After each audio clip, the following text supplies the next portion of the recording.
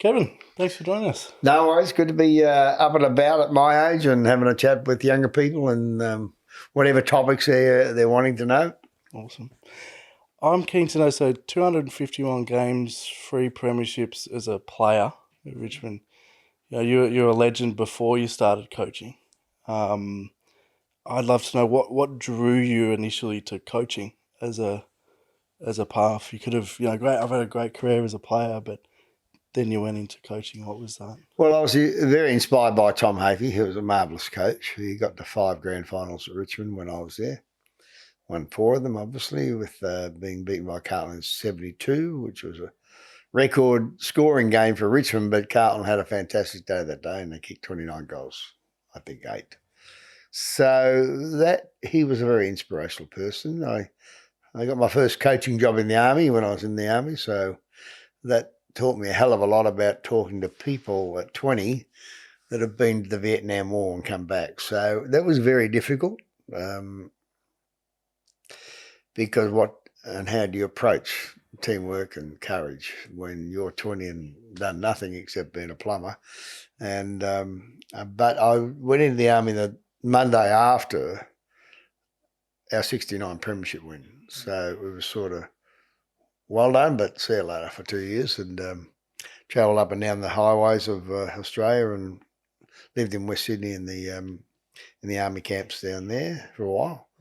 But it was a great learning experience and you taught a lot about leadership and safety in commanding positions that I found that, it's not just all about you sort of thing, And it's about the team as a whole, and I guess that's when you have a player who's so good but they need to play for the team. Your army days would sort of help you be able It's to... all about team in the army. Yeah. Because you don't need anybody killed because of your recklessness or foolishness in not taking in the orders of command correctly. And I mean, you'll soon find out when they give you a machine gun and a hand grenade, which you've never picked up before in your life. All of a sudden the instructors are very, very ruthless on procedure. It was a question I was going to ask later, but because it's come up now, you innovated with the Anzac Day game. You were the driving force behind that. Did your army days influence sort of the need to want to do that? No, I never went to Vietnam, and so that's my thank you back to these guys that had. They were treated fairly averagely by the Australian public when they come back from Vietnam, which was pretty poor. And of course, this was a soldier on Guernsey, so I've got a function. I'm doing a fundraiser coming up on the 11th of the 11th this year. I've picked my greatest ever plumbers team, which is a fantastic side, and we're going to get all the plumbers union and associations behind it to raise a bit of money for the for Bravery Trust, which is a lot different than RSL. And there's a few of these groups that the RSL is more about the family of the soldiers, men and women, but this goes straight to the person. So the impact, bit different. Yeah, so the impact there every day. Every day, yeah. They come back and they're very depressed, some of them. They're not well. But whatever you can do, and I'm hoping to have a pretty good function. We'll get about 500 people there. Amazing. And is it that to raise awareness, to raise... Yeah, just about people that, I think the Americans have that right, they look after their defence forces publicly. They wait for their defence forces to get on planes. They get very good seats at their sports. I think they do it pretty well right, so that there's due respect given to the people, men and women that have been to war zones, and the public actually admire that, which is important. So it must be such a great thing to see where the Anzac Day game has got to now. Yeah. Even that first game, there were lines out there. I wasn't born. I was 90. 15,000 couldn't get in. They certainly arced up and complained about it. But look, it just hit a raw nerve, I mean, Anzac Day had fallen asleep, and luckily I went to see the late Bruce Ruxton, the president, and I said, look, I think we've got an opportunity to play a game for you if you wanted to move into that arena and think. We'll have the opportunity for AFL sports people to thank the many women and men that have been into the different wars, because there are silent wars, Korea and those sorts of places that were very not over the top like the Second and First World War, like the Anzacs, and of course Vietnam and many different war zones in and around the world right now where our men and women still are going to. When it comes to, so we talked about communication and communicating effectively. You know, you're talking to an 18-year-old superstar who's come up through the ranks. How do you get this person to listen to you? How do you communicate so that the message sinks in? And sometimes you might need to say it 1, 2, 3, 4 times, but do you have a sort of example? Oh, well, everybody's got a different personality. But I think very importantly that storytelling is a very important part of coaching, not just about football. And if you can educate your players, their parents will respect that about different aspects of Australia. And of course, you know, like a game is really a 2-hour song and dance show when you get back to it all. And we only own 11 home games, each club. So 11 2 hours. So how do you actually get messages across between those games that you think will make these guys pretty earthy? You know, now I had no problem in the early days, obviously, because everybody was working. Everybody had a job. And, you know, so one of the reasons we wanted to do this is to create opportunities for today's players to do apprenticeships while they're playing, not wait till the end and say, what am I going to do? So there's a lot involved in building blocks and bridges along people's pathways in life. So if you said to Anzac Days about making sure that every young person does understand that many men and women have been to the war zones in the history of Australia. Indigenous Dreamtime is about learning about the probably the eldest living people in the world. We have 500,000 left. Can we do something better than what we're doing? And you know, like really when you think back, it's been very average and very poor over the last 200 years. From my point of view, it's about humanity. It's not about Liberal or Labor. Mm-hmm. It's about humanity first. And then the country festival game is really about making sure that city people respect the efforts of the country people that actually feed us. So there are different landscapes of thinking. But I like that anyway. It's something I grew up with. Well, what I love about that is every one of those. So Anzac Day, Dreamtime, and Country Game is all about showing respect to a certain group of people. Well, I mean, most grandkids, my grandkid probably think food comes out of the cupboard in the refrigerator, and I don't blame them. But you know, if you get to markets and you go and see produce, and the field day we've had around the MCG, on the machinery used, the power that's needed to get out to the country, because the history of country was about lantern, not lights. So it's a story, you know. And of course, 2 years ago we had the sheep being moved around by the dogs and a bloke just whistling. And I think in the end it was fantastic that we got that sorted out. And the kids, I mean, we had 400 people watching a guy with a whistle, with his own whistling, and the dog would be commanded to move the sheep through the pens, you know. So I think all of these sorts of, and the machinery was incredible. And of course, what's happened I've just finished as Victorian of the Year the last 12 months. So I've been going around Victoria working out what can I do next. And we could have country markets. So I'm trying to get basically Victoria Tourism to bring all the information groups into outside the MCG and tell us why we should go back and visit our own state. And which implies a bit of an economy issue, because we can help them economically instead of rushing off overseas and spending money in America where it's 58 cents in the dollar.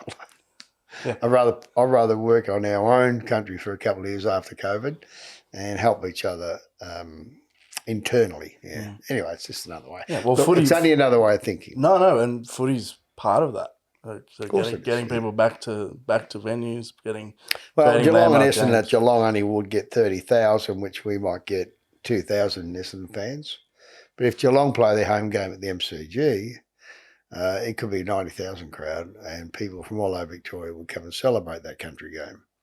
But their stadium is nowhere near the size that we need, so we need Geelong to play their home game back at the MCG, as well as Essendon play their home game at the MCG, because, you know, if we can claw back a game here and there from Marvel Stadium, then we're in business.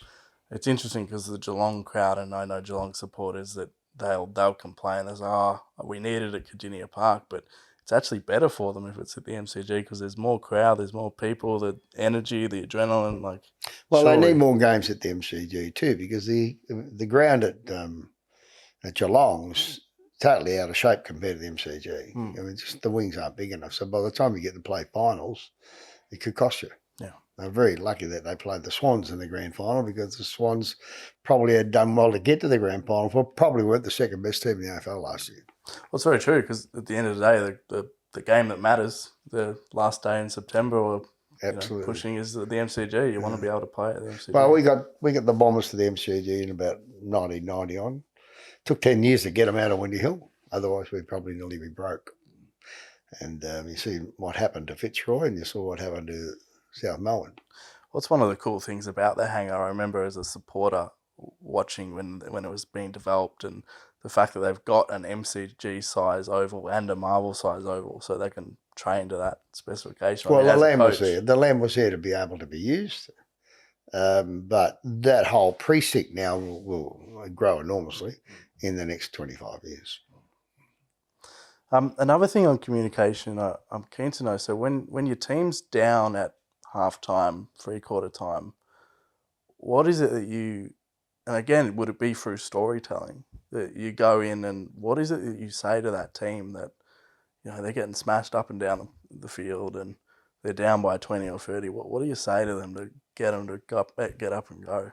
Well, it's all about minutes left of the clock, and give them a mathematical equation and a time block to be able to achieve the result. And so if you're 5 goals down at half time, you've got an hour to fix it up. So if you can get X amount of goals in the first period, that'll give you, in the third quarter, say, that will give you an on-ground confidence that you need to lift to, because if you kick 2 or 3 quick goals, all of a sudden, you might be 2 or 3 down with 40 minutes to go. So it's all about how you're thinking through this problem, as well as give them the equation that, and tick it off. And I would say by probably the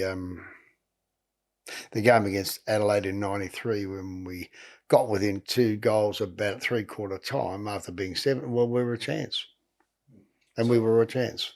So it's about... You got to write that on the board for them to read it. Okay. That hope, giving them hope. Yeah, well, always. Yeah, that's good. Life's about hope. Yeah. Actually, I want to know more about that. How important is giving hope to people in general, but especially if you want to win a game and you're down, how important is that belief in? Well, but you can use that in any analogy in your life. I mean, if you want to, and it's a negative to a positive. If you feel you're going just ordinarily in Australia, well, then go and watch a story about Africa or the Ukraine.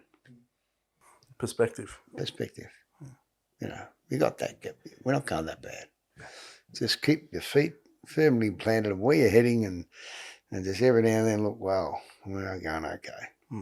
Even though you might have a truckload of food in the cupboard, or have a lot of money, but your health, your wealth, just keep alive and keep bubbling, and look at the little things, and visit the botanic gardens, or just go down and have a good walk along the ocean and suck in a bit of fresh air and start again. Is that the advice you'd give to a player? Say Matthew Lloyd's missed 5 goals in 2 weeks. Like, is that sort of advice you give him? Just get out of the space. No, just don't let it choke you. Thinking. You don't need it to choke you. I mean, you missed them. You can't do anything about it now. Let's get out there and keep working on your technique. Hang on, Yeah. Happened to me in a grand final. I think I kicked 2 goals, 5 in that 72 grand final. I think it was. I hit the post twice late in the second half. Yeah. But by the next grand final, I kicked the first 3, no points. So you go back and work on it. So you don't wreck your brain over it. But I've been a back pocket player. I didn't think I'd get 5 or 7 shots of goals in a grand final and a half when we were getting beaten badly. So I didn't get it right because I hadn't played in the forward line for a long time.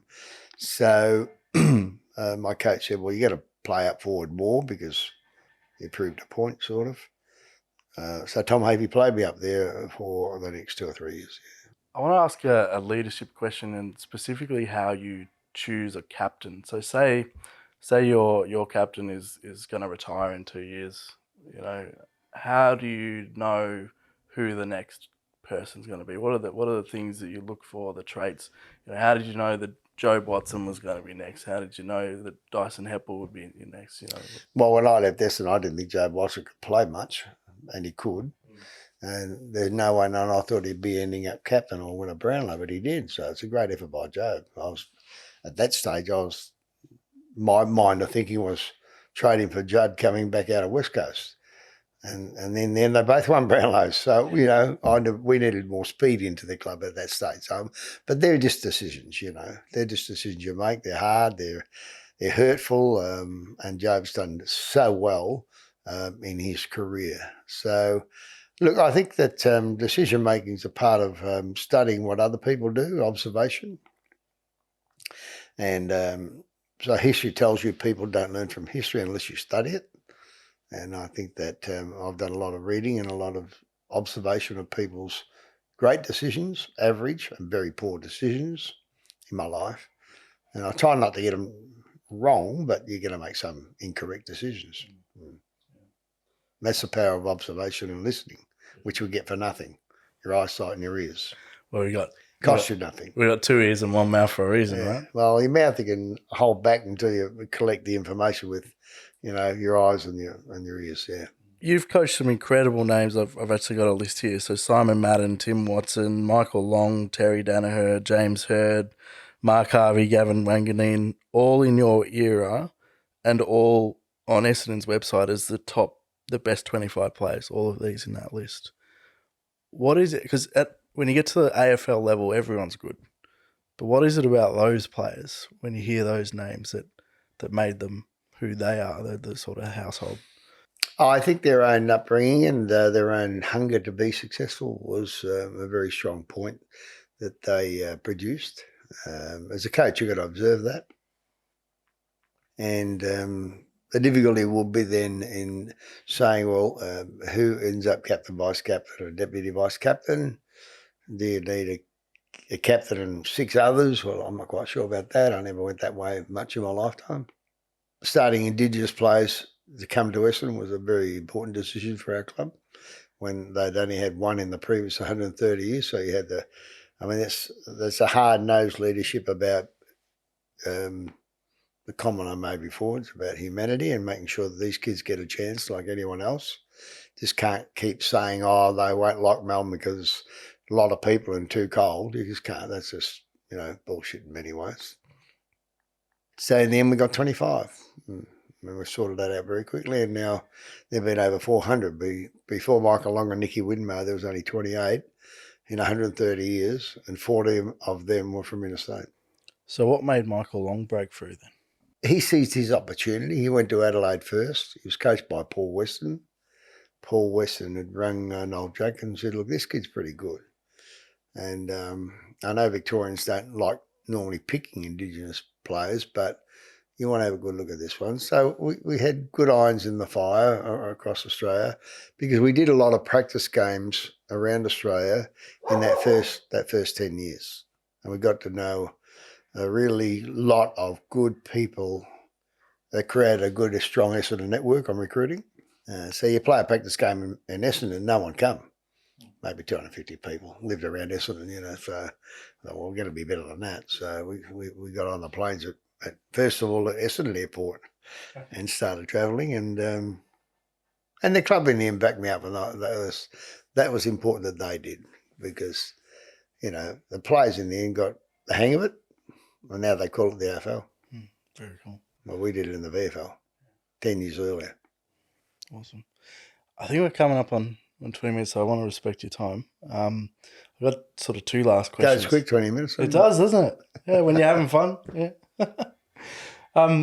You've done multiple interviews, both on TV and everywhere else, and Sportsman's Nights and everything.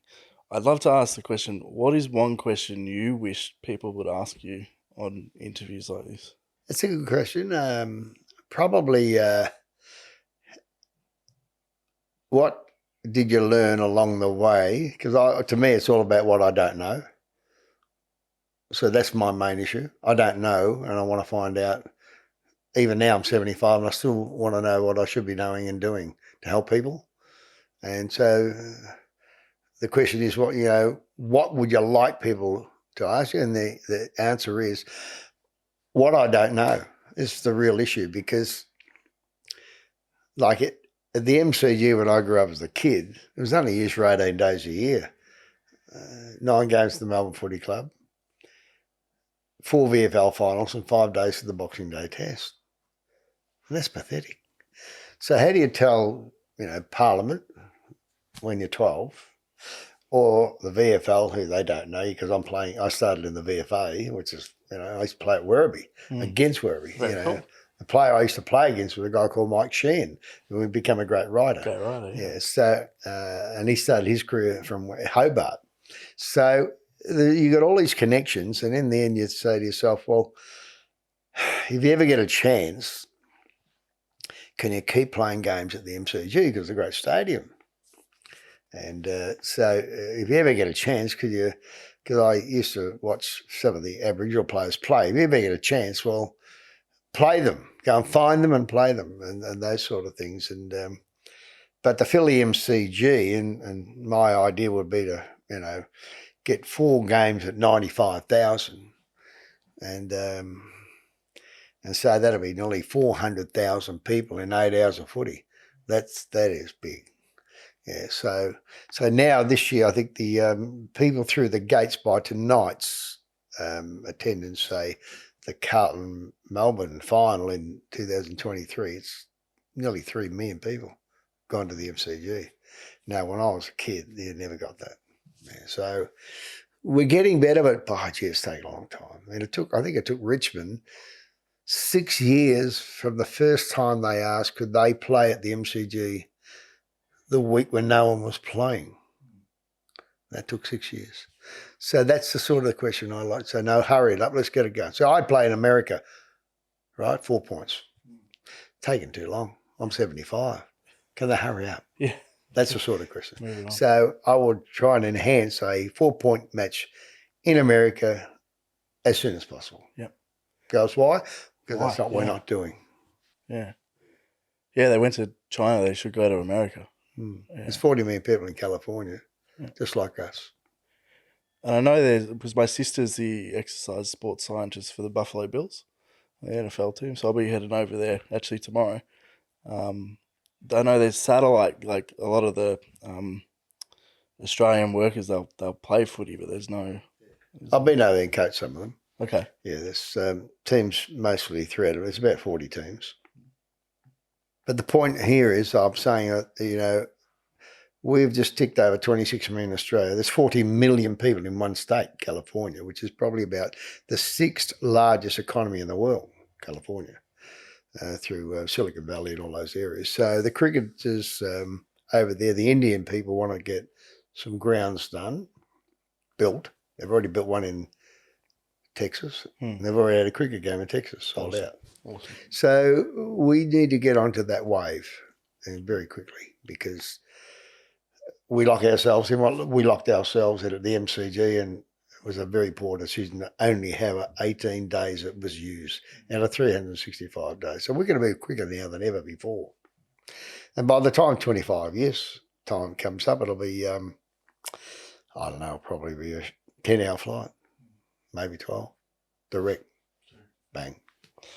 My last question, I'd love to open it up to you. Do you have anything you'd like to promote at the moment? Anything that, that's going on? I think the biggest thing we haven't done is we haven't congratulated the people from international migrants that have come here to help build Australia. I think we should have a game for them and thank each country individually year after year, because we need more people.